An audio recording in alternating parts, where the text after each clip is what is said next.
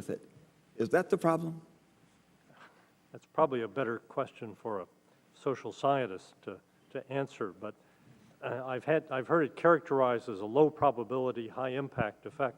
The Commission would not assign a probability to it. However, we do know that that our adversaries across their whole reach have all the capability necessary to execute this kind of attack, and they know our vulnerability to it.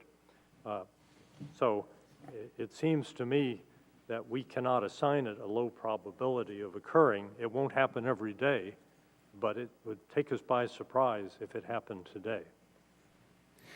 Thank you very much, Mr. Chairman. Thank you very much. For a recovering scientist, you do all right. Ms. Jackson-Lee for 5 minutes.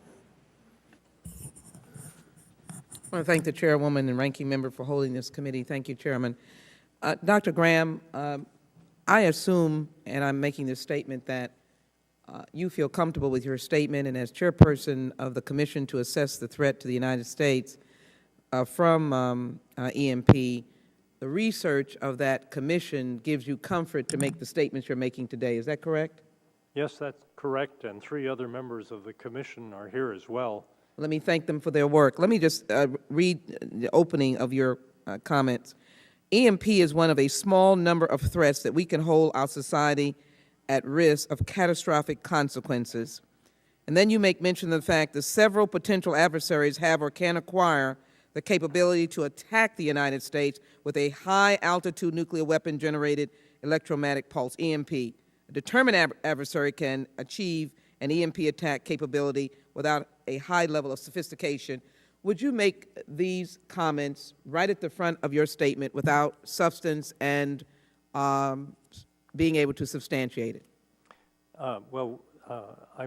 I would make those statements. We have substantiated them in addition to... You would not make them without being to substantiate, is that correct? Absolutely not. Why did you make those statements, Dr. Rand? And we've issued several classified reports as well that go into these in much more detail, which are available to the Congress. We've explored the subject with the intelligence community and with the Department of Energy and its nuclear weapon design laboratories at great length, and we base our conclusions on that. Let me ask the 3 gentlemen, I think to your right, if I'm correct, a simple hurricane that most people don't know anything about called Hurricane Ike, which obviously is a natural disaster, had a catastrophic impact or an exponential impact because, in fact, after the storm was over, the community that it impacted was without electricity for some 6 weeks plus. It is probably the most costliest hurricane in that Gulf region, short of Hurricane Katrina and possibly Rita. But more importantly, the suffering was enormous. Can you explain to me the basis of the self-regulation of your industry, Mr. Noman, and why you wouldn't want more intense regulation, because a potential attack or impact of EMP, as Dr. Graham has said, would be enormously catastrophic. In fact, whole communities could be wiped out. Mr. Noman? Thank you. I don't believe it's an issue of regulation. I believe it's an issue of getting together, setting the priorities, determining what the threat is, and then... And you don't think that we could do that, you could do it better with a government partnership and having more stringent regulations as it relates to EMP? I don't believe the regulation itself would make the difference. The partnership would. Do you agree with Dr. Graham that we have the potential of a catastrophic impact with the EMP? If I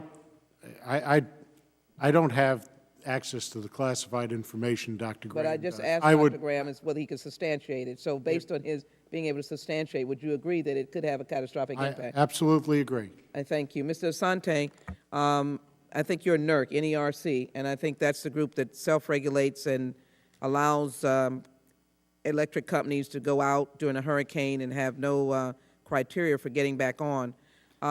What is your description of self-regulation? Do you feel there needs to be more regulation and partnership between the government and this industry to protect it against EMP, as Dr. Graham has mentioned? Certainly, EMP as a threat is disturbing in that, different than Ike, it destroys components of the power system that would be difficult to restore from. Right. Ike is only an example of what Right, can I happen when you understand. lose electricity. Absolutely understand. I do believe that, and we have been meeting with the commission, and we have met with experts that has provided So testimony. would you support more government regulation and partnership? I would suggest partnership's very important to understand the problem. Regulation and you I would do- look at? I do believe Section 215 is an appropriate vehicle to harden this. Is or is not? I think it could be, it is an appropriate. Let me go to, thank you very much. A few minutes that I have, Mr. Fabro.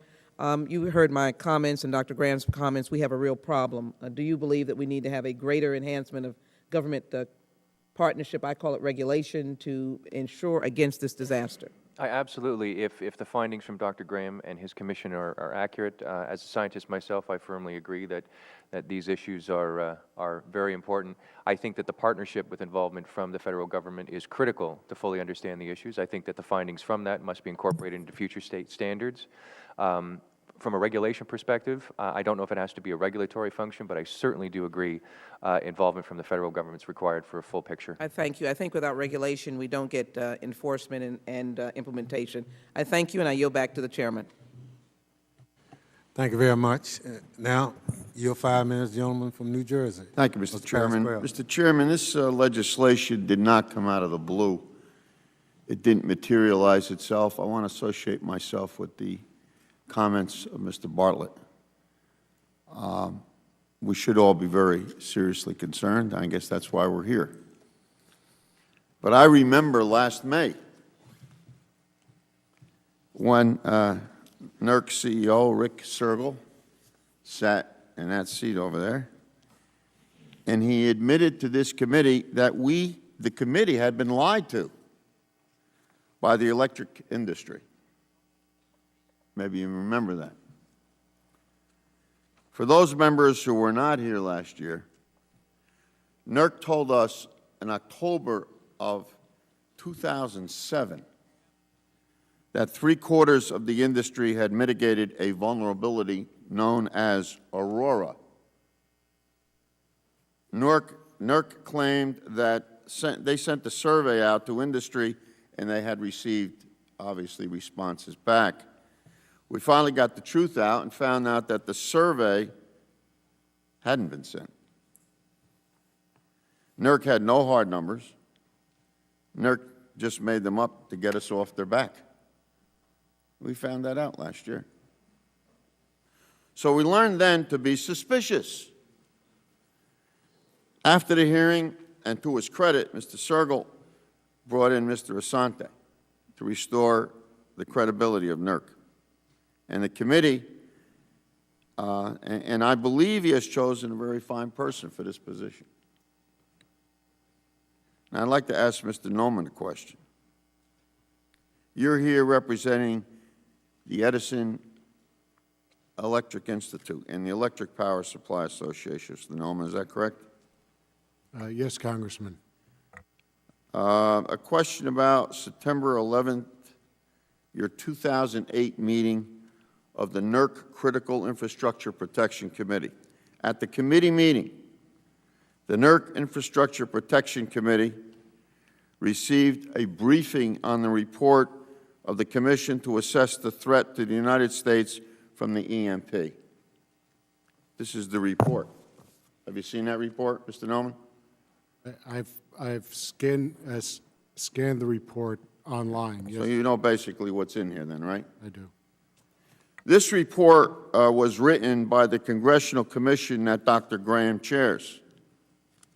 The Commission has been reviewing our electric grid security against an intentional or unintentional event for years.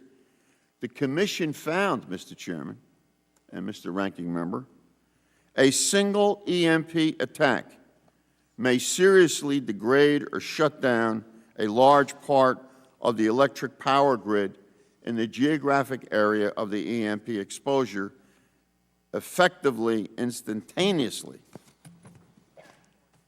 The Commission came up with a number of steps that the private sector can take to help significantly reduce the threat of EMP.